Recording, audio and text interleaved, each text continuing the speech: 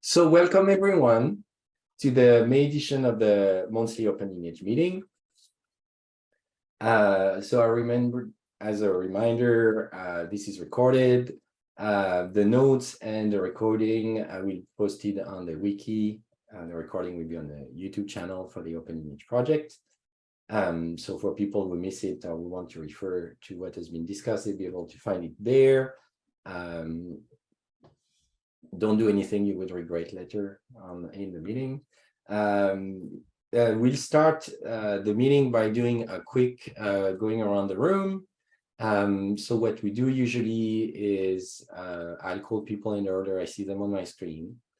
And you just say your name, why you're here. There's something in particular you want it discussed or you're interested in.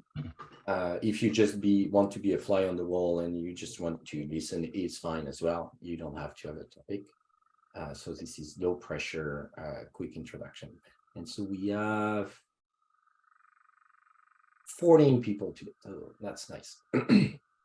So first, top left is Michael. Hi, Michael Robinson. I'm on the community team at Astronomer. I coordinate these meetings, and I have a discussion item, and I'll be talking about our most recent release today. Jakub. Hey, I'm a software engineer in Getting Data, and I'm a committer to OpenLineage project. So I'm glad to be here and listen and talk to. Maciej. Hey, I'm also engineer at Getting Data, and I'm here to listen today. Harald. Hi, I'm an engineering manager at Astronomer, and I'm here to see what people talk about and participate in the discussion. Ernie. Ernie Ostick, Chief Evangelist at Manta Software. Probably if there's a room, I'd love to talk a little bit about what you and I and Julian talked about in Slack at one point, adding some potential extra characteristics to edges and how we might suggest that. Just, a little bit more on the process.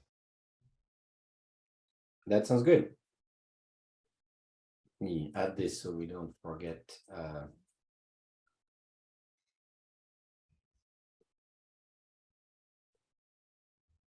Right, this is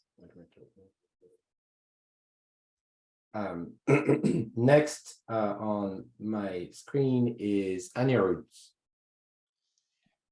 Hi, I'm Anirudh. I'm a data engineer at Grab, based out of Singapore. Just here to listen in. Yep. Natalie. Hi, I'm Natalie. I'm a software engineer at Natural Intelligence. We use OpenLineage to send the lineage for our Spark jobs to open metadata. And I'm going to have a short talk today about how you can customize the transport types. Nice. Next is Anne-Marie.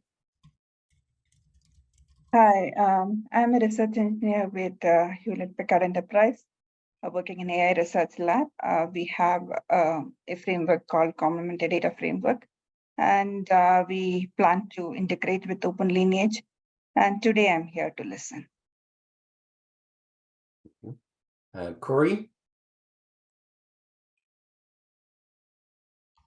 Hello. I'll come on camera in a second. I'm Corey VC. I'm a solutions architect at AWS, and I'm here to learn more about the OpenLineage community. And I see there's a bunch of people on the call that will understand this, so I'll say dobro wieczór. Thanks. Dobry wieczór. Okay. Okay, next, John. Hey everyone, I'm John, software engineer at Asana. I'm advocating for the use of OpenLineage, the project for our primary lineage solution at Asana. Just kind of looking to listen in today and understand where the project's going. Welcome. Next is Divathi Arshini. Hi, I'm a data engineer based out of Toronto, and I'm here to basically listen and ask some questions about two different things, mainly aggregate functions lineage and the merge into commands lineage. So that's from the Spark integration, right? Right, Spark integration. And we are trying to propose this as a primary lineage solution as well.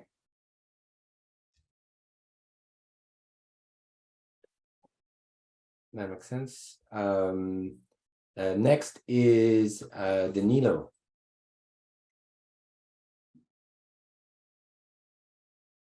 Oh, sorry, Danilo is connecting.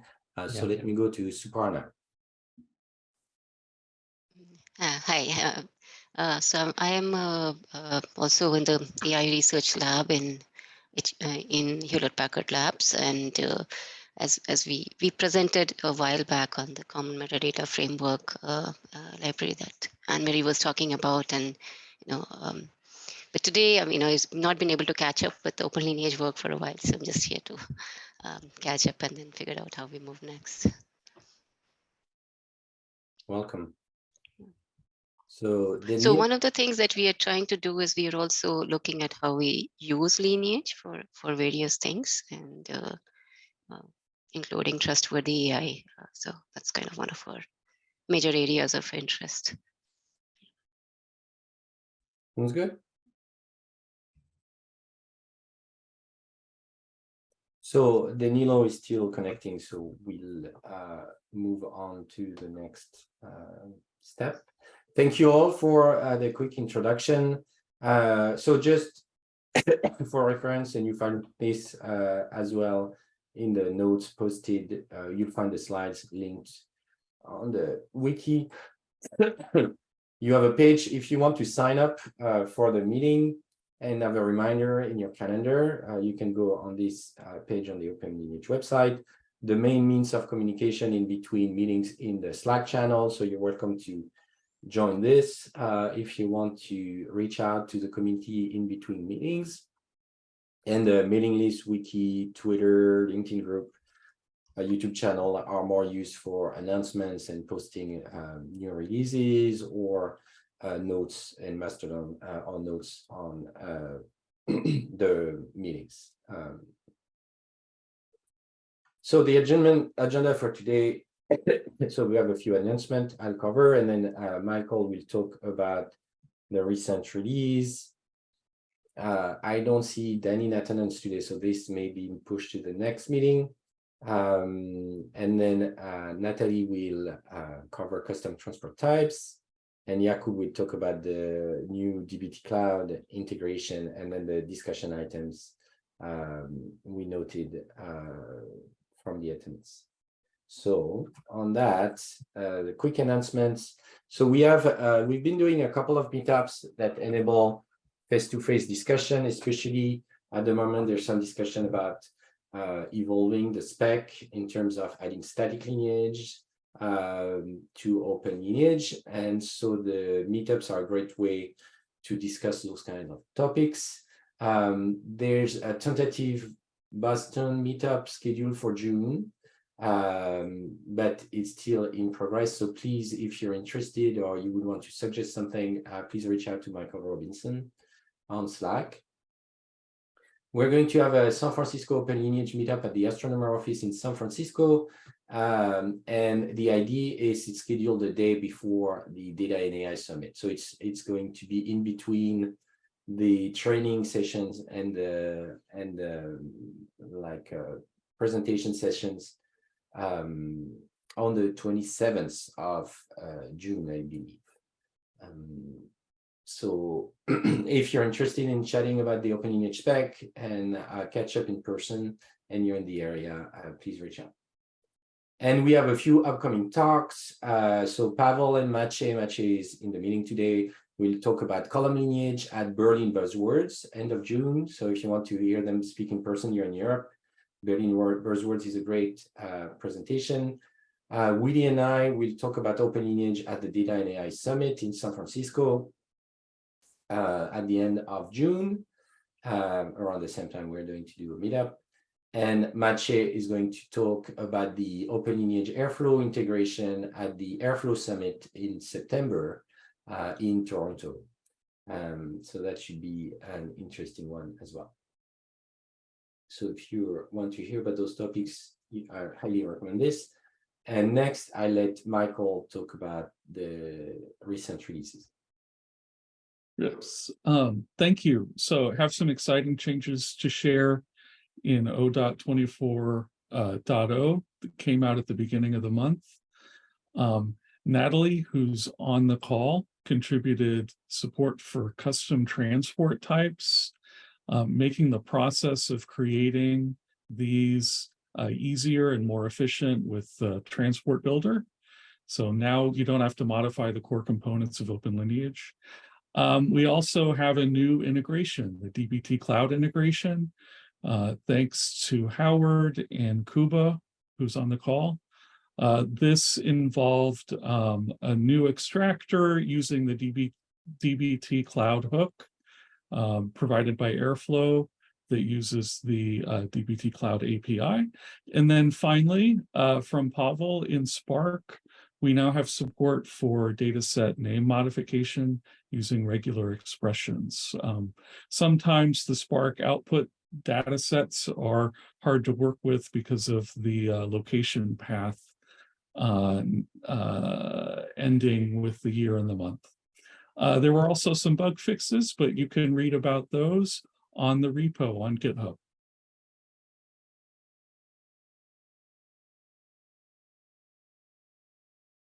So before I switch to the next, are there any questions? If there's no questions, we'll go to the next topic. So Natalie, let me know if you want to take the screen. Otherwise, I can go to the next slides for you. You just let me know. No, you can go ahead. Yeah, okay. So I'm going to talk about the capability to customize transport types. As you know, OpenLineage supports a set of predefined transport types, HTTP, Kafka, and others. Previously, adding a new or custom transport type required us to change the core components, the transport config and the transport factory in order to recognize the new type. The recent change aims to allow users to easily extend the functionality and to create custom transport types without changing anything in OpenLineage code. For example, at my company, we work with the open metadata as the backend, the lineage backend. And open metadata doesn't support the standard or the spec that OpenLineage creates. So we had to make this integration with a kind of a custom transport type, taking the event that OpenLineage produces and extracting from there what we actually need to in order to transmit the data to open metadata. And this way I can do it without changing anything in OpenLineage core. So if you can move to the next slide. Okay, so about the implementation. So we have a new interface called the Transport Builder. So now to create a new transport type, users can implement the interface, defining the following methods. It has a method for getting the type, which is the type that you pass in the transport type config parameters. For example, it can be HTTP or Kafka for the ones that are recognized today. Another method gets the config. It gets an object of type transport config that you can extend and customize it and put whatever configuration that you need for your transport type.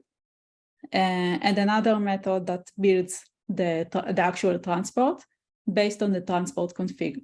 This is instead of the hard-coded code that we used to have in the transport factory before. So this way you can extend the transport builder and just supply all the method that you need. Additionally, you need to have a file under meta-inf services with the name of the interface containing the class that you implemented for the transport builder. It has to be in the class path, of course. So using service loader pattern, the implementation of transport builder will be discovered and loaded at runtime. And then you can use another transport type that doesn't come with the OpenLineage out of the box. This is it, basically. That's very cool. Thank you. Any Thank questions?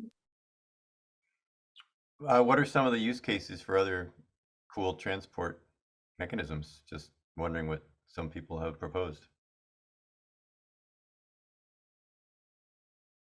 I think so. That maybe so. I'm just some of the things you could do. You could use like native cloud provider queue system to send events if you want to build your own collection, or if you're interested in centralizing collection of those events. You could do so. Today we have built-in HTTP and Kafka transport. So you could use like build your own with different technologies, or you can also do custom integration to other metadata or things if you want, right? I obviously the preferred way to do this is the provider, the data catalog or something to implement OpenLineage and to have an OpenLineage endpoint, and they can just receive the events directly. But that enables people to, you know, quickly do something without to depend on changes to the core spec. Yeah, I was just wondering, thinking that we do Kafka and HTTP. Maybe someone wants to do MSMQ or MQ series, or another protocol like that. That's great. Very cool. And I think one of the potentials, or at least from what I understand from what Natalie and team are doing, is you can also apply some transformation logic as part of your transport provider, right? So you can have your own ways of transporting the data. Makes sense. Thank you. I actually have a question on different transport types. Like, this is a question for everyone. Like, should we have some sort of repository where people can put their custom transfer types that they're building into a single place, or do people want to hold on to it in their private repos? What do folks think? The idea is that if they want to, they can put it into OpenLineage repo, and we'll review it and merge. I don't really think we need a separate place, at least right now. But we can make a contribs, or like, yeah, we can have a place on the OpenLineage repo to have those things. Yeah, that makes sense. Okay. Next topic. I let Jakub talk about the dbt cloud integration. So we already had the dbt core using the open source dbt standalone, and this is about when people use dbt cloud to run their dbt jobs. Yeah, thank you for the brief introduction, Julian. As you just said, right now we have the, could you please move forward? Because I don't think I have the control. So right now we have only the script wrapper that allows you to replace the dbt with dbt-ol. So for example, you can run dbt-ol run or build, and the wrapper invokes metadata processing and sends OpenLineage events. But this works only with local dbt project. You couldn't build it with dbt cloud. And briefly, how the OpenLineage events were created is that each supported dbt node that currently we have models, test sources, and snapshots become a separate run. So this is also a, for example, in our case, this is a node in the graph visible in the lineage graph. And the parent run reflects the whole dbt or command call. So whenever you try to run anything with this script wrapper, it creates parent run. So this is pretty important when it comes to dbt cloud integration. So what we have in the dbt cloud integration, the main difference is that each run, Julian, please. So each run can have multiple steps in dbt cloud. Each step reflects some command that you can run. Basically, I think that you can run dbt, run, build, and I don't know, with some docs. Some of them produce or should produce the same manifest and run results JSON files that the local dbt core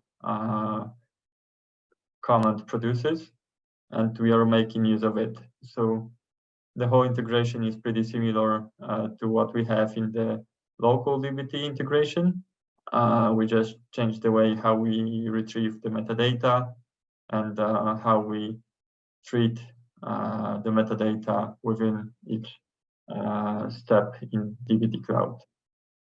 So because of that, a parent run comparing to dbt OL is not the call of the dbt, but the step, which is basically a call, but within one of the steps.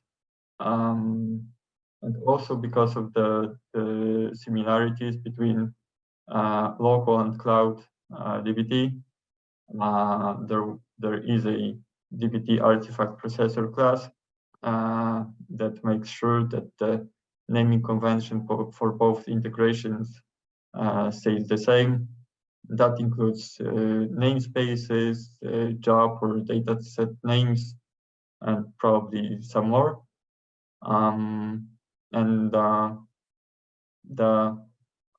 Well, that's my thinking, but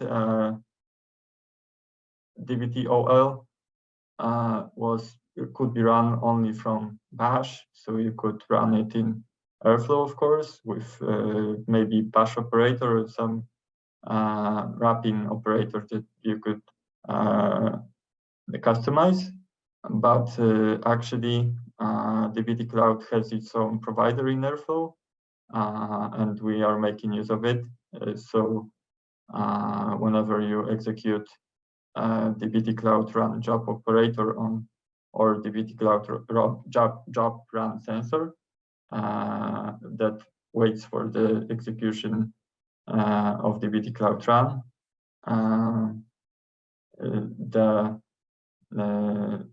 the OpenLineage events are produced.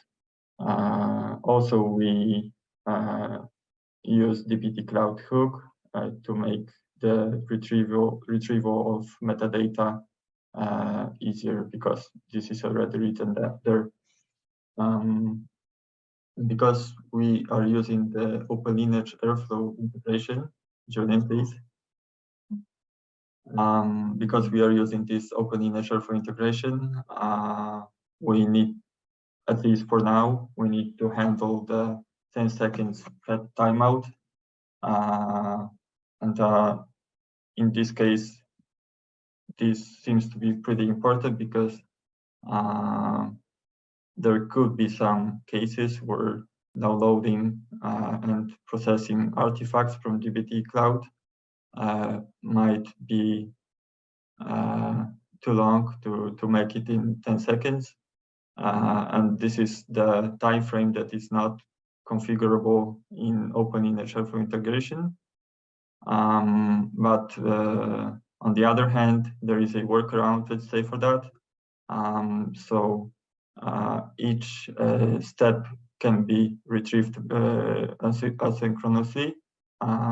So we can parallelize that and just emit lineage in the order at the end. And also we can fetch the job and project info at the start, not on the complete. So we can reduce the time of all the steps that are needed to extract the metadata by getting the job and project information. Also, I wanted to mention that this 10-second thread timeout is no longer viable in the AIP 53 related release of Airflow OpenLineage provider that I believe Maciej was talking about in the previous meeting. And as I said, the rest is really the same. So I encourage you, for those who use dbt Cloud, to check the integration and see if it really produces the same as dbt local, because I think that for many people, the dbt Cloud just enables some companies to schedule to maintain the repository in the dbt Cloud. So that's, I think, the reason to create this dbt Cloud integration as well. Yeah, that's it. Thank you. Thank you. Any questions on this?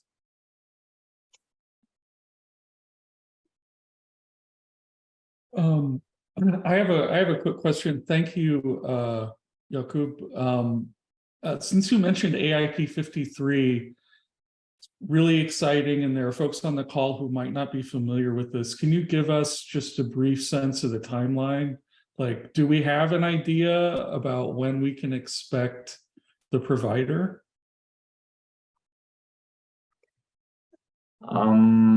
So it's right now it's rather independent from the Airflow release itself. It's a provider release, and I think that it's a matter of merging a couple more PRs that cover the extractions or the integrations with systems that we currently have in the current state of integration. But honestly, I cannot give you an answer to when this is going to basically happen. It also depends on the Airflow community, but I know that we have a bunch of people here too that might have an opinion on that too. Personally, I'm hoping like within a month we could get a release, and if not, maybe the next release. The providers get released every month, right? And so if we get lucky, we can get in the next release. If not, it's probably going to be the next one. So within 1 or 2 months, I think. And Maciej, let me know if this is too optimistic, but I think that sounds reasonable time frame.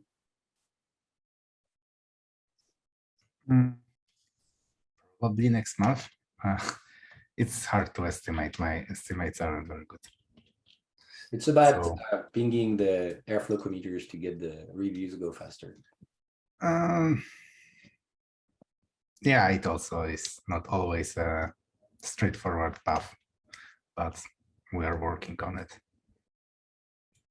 Yeah, and so for if you're not familiar with the AIP 53, the AIP is the Airflow improvement process. So that's how you suggest changes, larger changes to Airflow. And the IP 53 was approved by the Airflow community at the beginning of the year, a couple of months ago.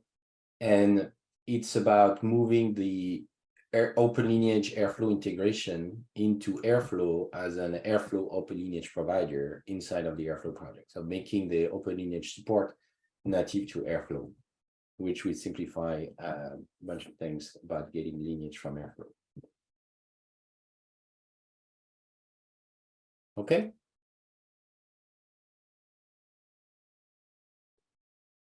On this, we had 3 discussion items. So Michael, do you want to start with the first item?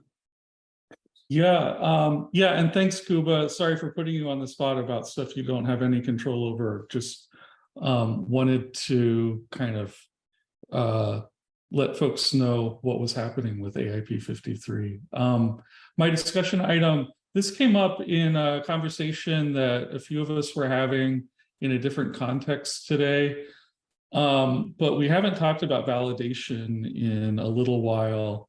And my question is, can we help ensure efficiency of validation by possibly narrowing the scope in one or more ways?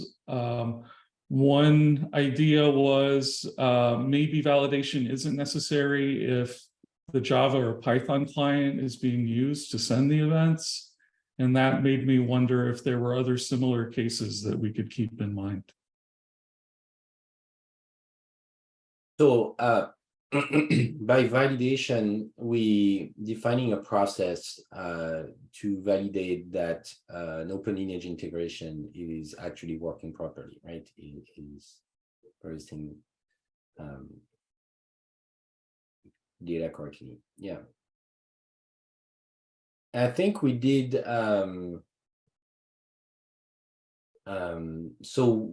I do think we could improve a bit more the clients so that you do a bit more built-in validation today. And I think we started with the work that Pavel has been doing with the forwarding the proxy. There's also some schema validation happening there as well. If people are not using the clients or using other languages or things like that. So that's one element. I'd be curious, actually, for people who implement OpenLineage, or if there's things they'd like to see in that space.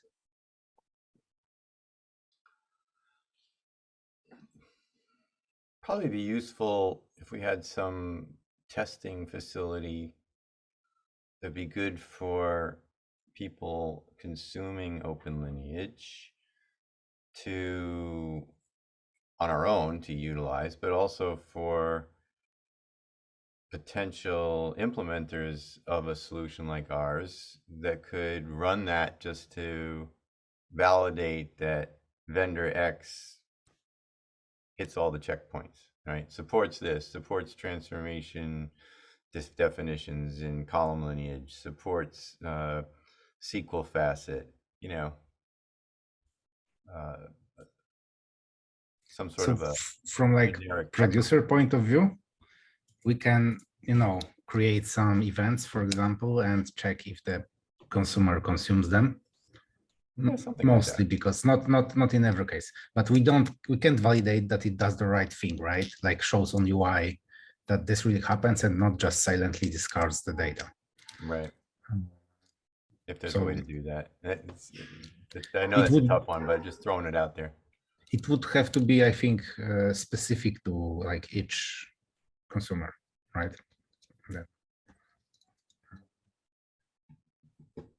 Yeah, it's hard to validate whether it actually did it or not.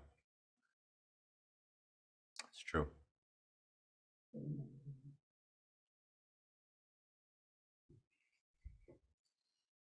Something that would shortcut the effort for someone that wants to validate a consumer and have a sort of blessed set of payloads that have all the things included.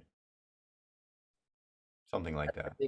Yeah, that would be useful. I think we could have like a data set of events that contain all the facets, or we could say, I want to try out column lineage facet and make sure I consume this properly, or you know, other things in this. Yeah, it might be just useful for anybody that wants to do their own testing and effort.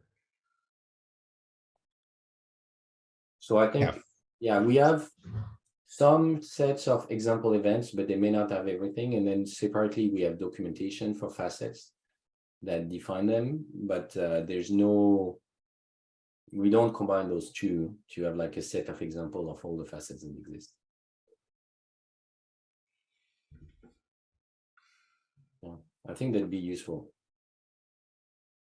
for testing consumers.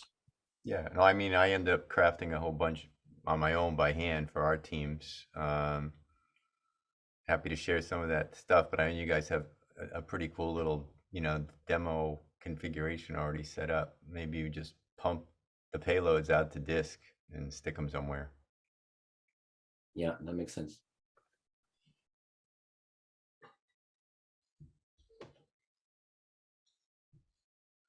I think if you could, you know, open an issue in repo and like post them there, or just list some of them, we can, you know, continue to find a way to do something with them in the thread.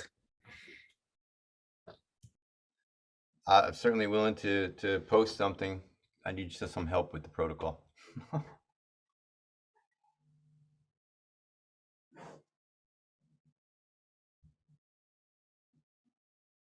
Yeah, I think, yeah, one of us will reach out, Ernie. That sounds good. Yeah, definitely. I mean, I've got a whole bunch that I'm using for my own purposes, and but I, you know, share what I needed to accomplish, and I ended up basically doing exactly as you said, Julian. I was looking around for a whole set of payloads, and I said, "Oh, well, let me just follow the facet definition, and you know, just built them by hand." But might save somebody else if we can just document those. So yeah, reach out. I'll share the ideas or document what I did, however you want me to do it. That makes sense.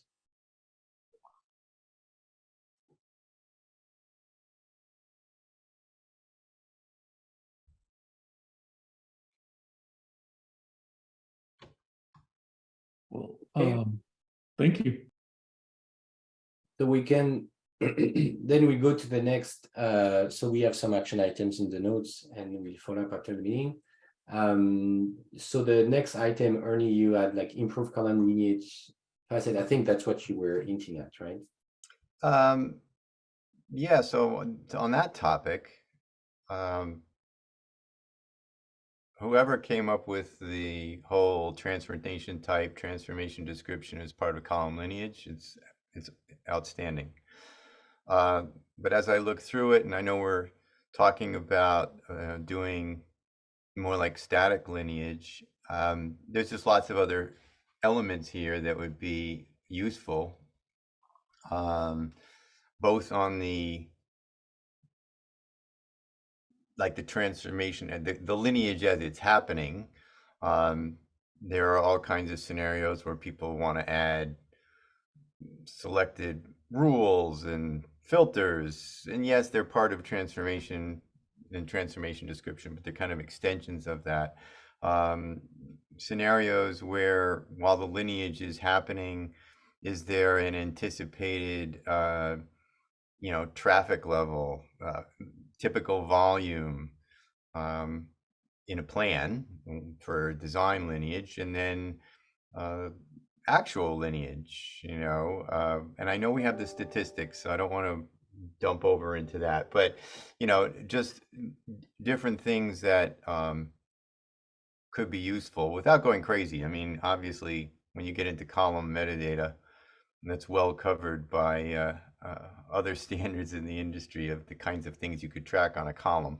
But I think there are some lineage ones related to expected performance, or subtle flags that people might want to know that it's PII data that's actually being managed on that edge, et cetera, et cetera. One question: are those like properties of a transformation itself, or just as a property of a resulting column? That's a great question. I think in some cases they're they are properties of a transformation. In other cases, I think they're properties of the actual edge, which is interesting. I suppose another thought would be having the ability to specifically define the kinds of edges. But I think that could be opening up a bigger can of worms.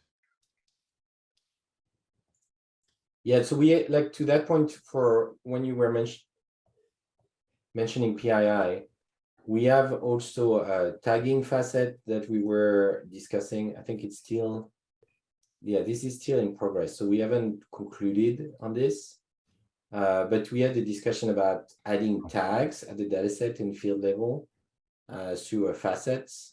So there's like two approaches we've been discussing. So there was one way and this is the other way. And I think it'd be useful to have your input on that. So, I mean, from the PII perspective, this could be a tagging facet that lets you tag certain columns in the data set and say, you know, the email column in PII. Yeah. Yeah, no, that would be a good way to do it. Okay, so yeah, so I think there are two things. So one thing you're suggesting in extending a bit the column lineage facet and add to this, the extension of the transformation description you were mentioning. And there's possibly using the tag, finalize this tagging facet that we haven't yet. Like we were looking for more feedback from more people on this as well before finalizing it. Okay. I missed that one going through the site. Sorry. Yeah, that's fine. That's fine. So here's the tagging facet link, and this is the column lineage facet. Yeah, I think Maciej's point about adding to transformations would probably work rather, so we don't get into the details of edges. If you just could we had other characteristics to transformation, that would be an interesting way to do it. Okay. So something that we need to kind of watch about is like explosion of different facets that actually, are just a similar information. Mm-hmm. Like in case of, column level facet, we kind of have a schema facet that does similar thing, right? But it doesn't kind of show what the source of the column is, but it shows what the type is. And it's, I think, kind of balance of what information can we, add in a separate facet, what should we standardize and what we shouldn't. So makes sense. Yeah, it's just worth thinking whether we can like fit this information into what exists now. Yeah, possibly we can also extend this. So here's the schema facet.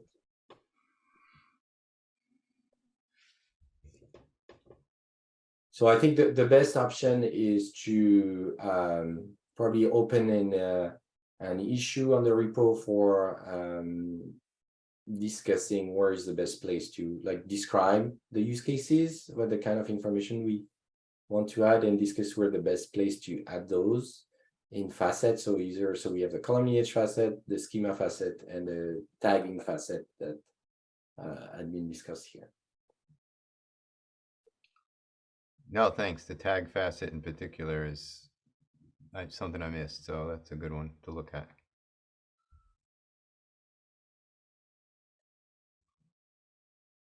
Okay, any more question on this topic? Not here. Okay, so we can get to the next topic. So I think, Devati, you're the one who mentioned this, right? So I'll let you explain what you wanted to talk about. Yeah, so one of the things, a couple of things we noticed where we do not seem to be able to get any output or input facets with merge into commands with and also with the aggregate functions. So looks like this issue is open recently as well. I think it's for the merge into commands, it was probably fixed like 2 days back. But I was wondering if that would probably go in the next release, right? So it's probably not available unless I were to build my own jar file. So if that's something you need urgently, you can just ping the Slack channel and say, hey, can we do a release? Okay. And so what we do, we always keep the main branch in a shippable state, right? Like the CI is always, everything's being tested all the time. So we can release at any time, and it takes, it takes a couple of hours of work to do. But if someone needs a release, you can ask for it, and we do a quick vote, and we make a release. Okay. And with respect to having column lineage when we have aggregate functions, it seems to have been fixed in one of the earlier versions. To be precise, it was probably 21.1, I'm not sure. But when I'm using the latest release in Databricks, it keeps throwing an error of Stack Overflow. I don't know if anyone else was facing the same issue. Sorry, not Stack Overflow. It says it's looking for a URL basically. But I'm just trying to log it to my log4j file. I'm not trying to send it to any endpoint. We have not seen this. Is there an issue open on the project? I have not opened an issue yet. I think that's for Spark, Databricks especially. The like common source of bugs is that they sometimes replace the classes open source Spark with their own. So that's the stuff we do for Spark regular has to be, specially checked and, sometimes replaced on Databricks. And that's not always that easy.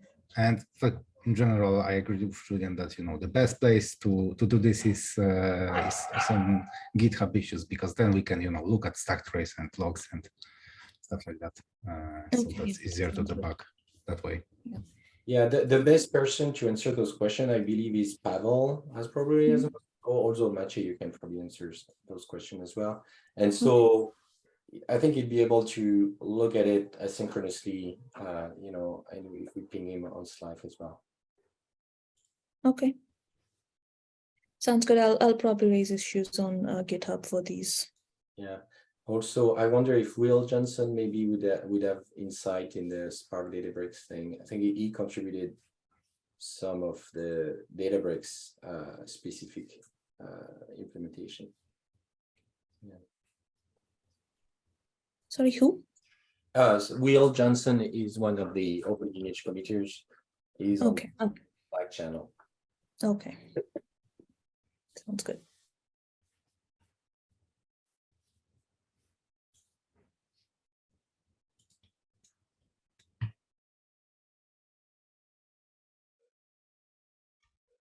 Yeah, sorry, we don't have like any quick fix just right now, but we'd be happy to look into this. Sure. Thank you. I appreciate that. You're welcome.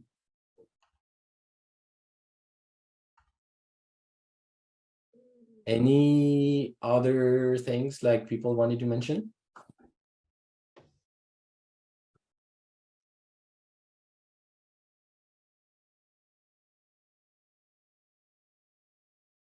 Otherwise, we can wish you all a great day. And thank you all for joining the meeting.